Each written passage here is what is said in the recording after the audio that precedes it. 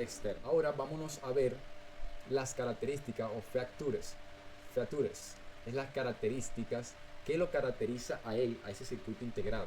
Vamos a ver, y tiene muchas características importantes, así que vamos a investigar qué es esto. ¿Okay?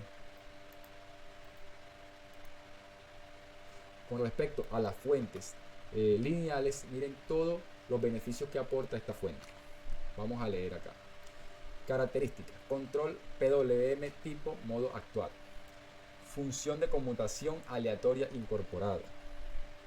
La función reduce el ruido EMI.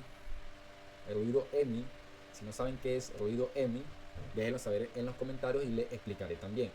Y permite un filtro EMI simplificado de bajo costo por el ligero cambio aleatorio de la frecuencia PMW Fox.